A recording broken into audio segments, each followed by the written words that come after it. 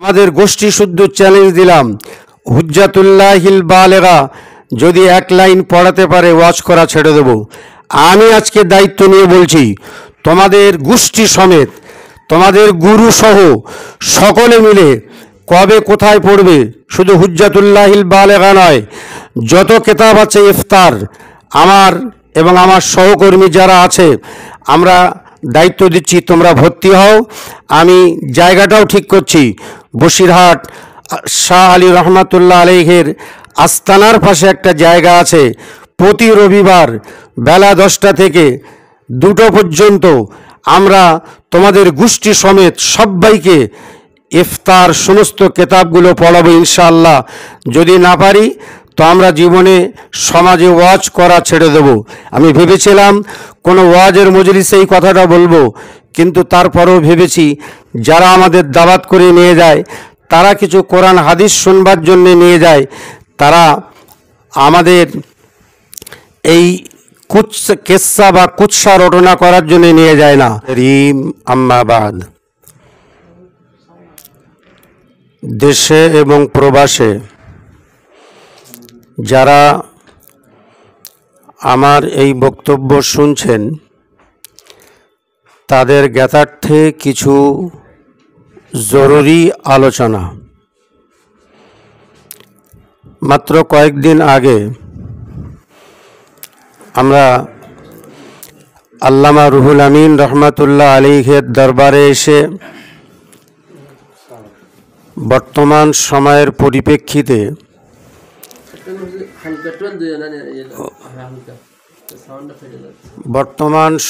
পরিপ্রেক্ষিতে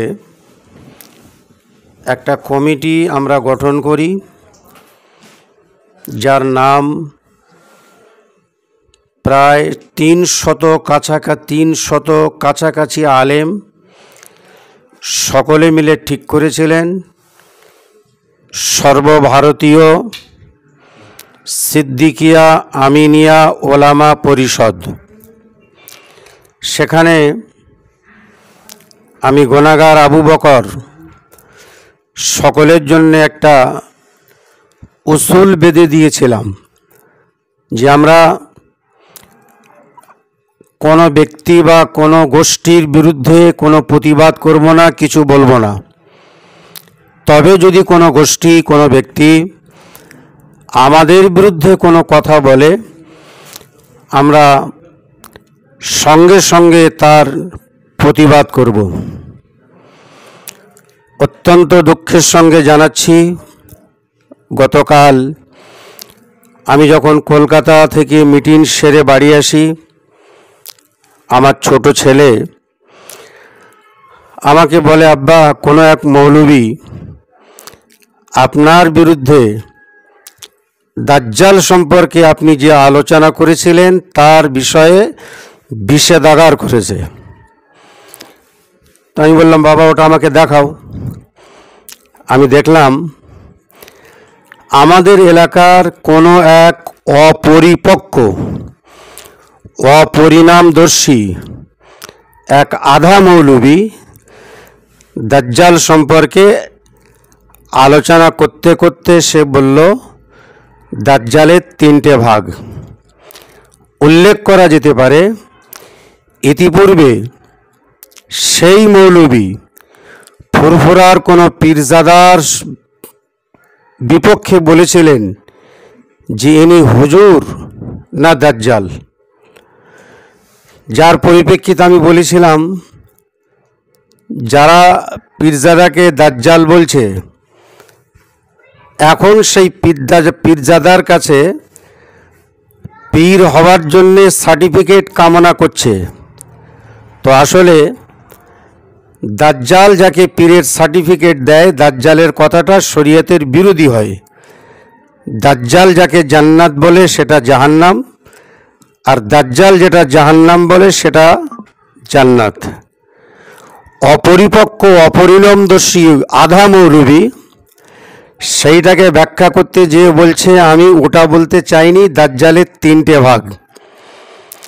আমি বলি, বাংলার মানুষকে অত সহজে বোকা বানানো যায়, কিন্তু ওলামাদেরকে সহজে বোকা বানানো যায় না। যদি তার 3 নম্বর দাজ্জাল কথাটা যদি তার বলার ইচ্ছাই থাকতো, তাহলে তার উচিত ছিল যে রাসূল 3 নম্বর দাজ্জাল সম্পর্কে যে কথাটা বলেছেন তার সঙ্গে একটা সিফাত জুড়ে দিয়েছেন, দাজ্জালুনা কাযযাবুন, অর্থাৎ মিথ্যুক দাজ্জাল। আসলে যখন ওই পীরজাদা তাদের বিরোধী ছিল, তাদেরকে 1 নম্বর দাজ্জালের খাতায় ফেলেছিল। এখন বাঁচার জন্যে, তাকে এবং নিজেদেরকে বাঁচানোর জন্যে দাজ্জালের ভাগ করে 3য় ভাগের আশ্রয় নিচ্ছে। এটা হচ্ছে ইবলিসের খাসলাত। কারণ যে কথাটা একবার বলা হয় তার উপরে অটল এবং অবিচল থাকতে যত প্রকার মিথ্যার আশ্রয় নিতে হয় তারা সেই আশ্রয় নেয়। কিন্তু দুর্ভাগ্যের বিষয়, আমি দেখলাম যে তাকে, এই জন্য আমি আধা মৌলবী বলছি, এই মৌলবীর হাদিস বর্ণনা করার কোনো কাণ্ডজ্ঞান নেই।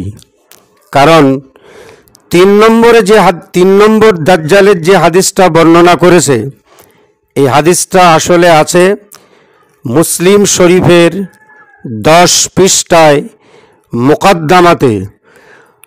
আমি হাদিসটা আগে পাঠ করছি। হাদিসে হযরতে আবু হুরায়রা রাদিয়াল্লাহু তাআলা আনহু বর্ণনা করেছেন, ইয়াকুনু ফি, আবু হুরায়রা বলেন কে ক্বালা রাসূলুল্লাহ সাল্লাল্লাহু আলাইহি ওয়াসাল্লাম, ইয়াকুনু ফি আখিরিজ জামানে দাজ্জালুনা কাযযাবুন ইয়াতুনাকুম মিনাল আহাদিসি বিমা লাম তাসমাউ আনতুম ওয়ালা আবাউকুম ফাইয়াকুম ওয়া ইয়্যাহুম লা ইউদিল্লুনাকুম ওয়ালা ইফতিনুনাকুম।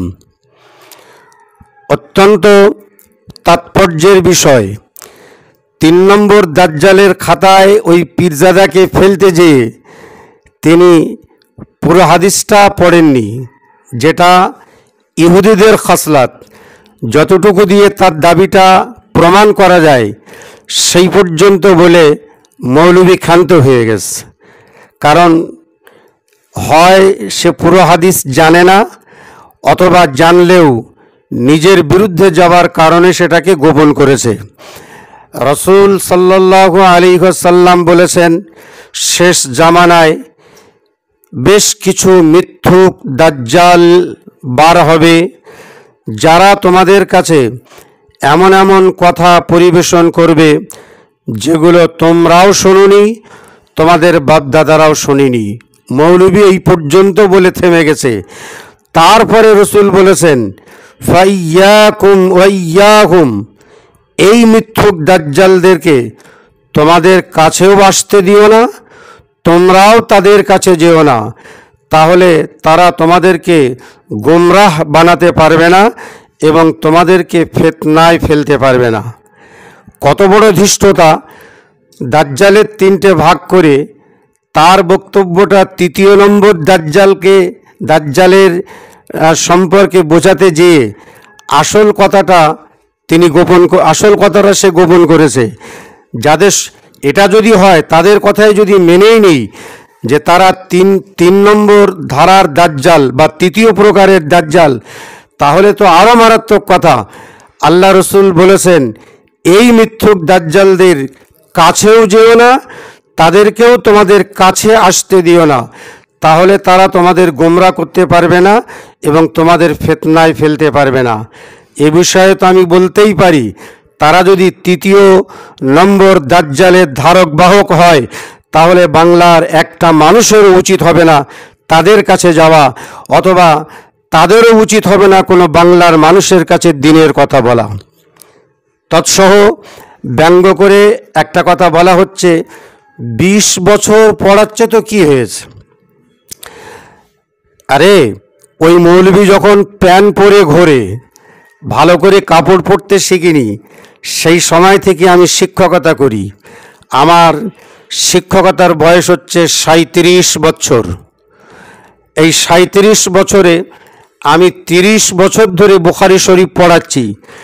দাজ্জালের কটা ভাগ এটা ওই মৌলবীর কাছে আমাকে শিখতে হবে না। এই মৌলবী তো এখন ঠেলার নাম বাবাজি, ঠেলায় পড়ে 3 নম্বর দাজ্জালের আশ্রয় নিচ্ছে।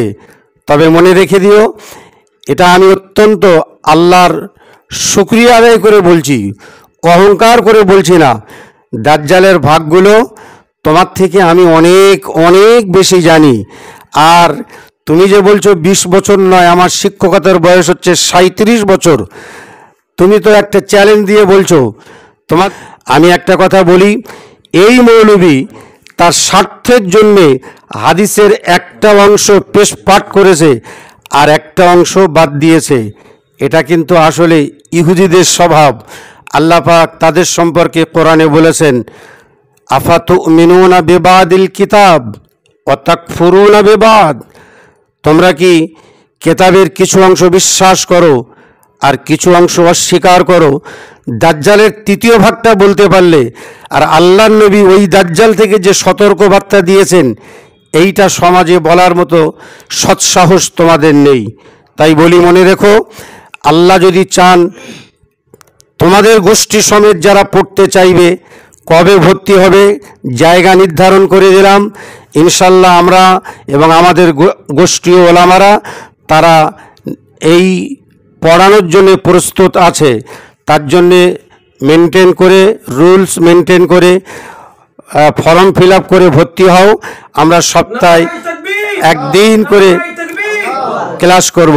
মনে রেখো, আমাকে অত ফালতু ভেবো না। তোমার যিনি গুরু তার কাছে জিজ্ঞেস করো, সেও আমার ছাত্র, আমিও তাকে পড়িয়েছি, তার কাছে জিজ্ঞেস করে নিও।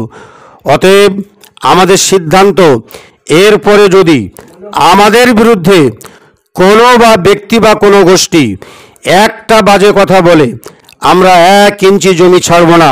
প্রত্যেকটা কথা কোরআন এবং হাদিসের সপক্ষে ইনশাআল্লাহ আমরা তার প্রতিবাদ করব। অতএব সতর্ক করলাম, সাবধান করলাম। আমাদের কোনো বক্তা হাদিস পড়তে যে এবারাতে একটু ভুল হলে সেইটা হাইলাইট করো। তোমার গুরু কত জায়গায় ভুল পড়ে রেখেছে সেগুলো আমার নোট করা আছে। যদি কোনো দিন মৌকা পাই সেগুলো সমাজের সামনে তুলে ধরব। এই সংক্ষিপ্ত বক্তব্য রেখে আমি আপাতত বিদায় নিচ্ছি। আসসালামু আলাইকুম ওয়া রাহমাতুল্লাহ।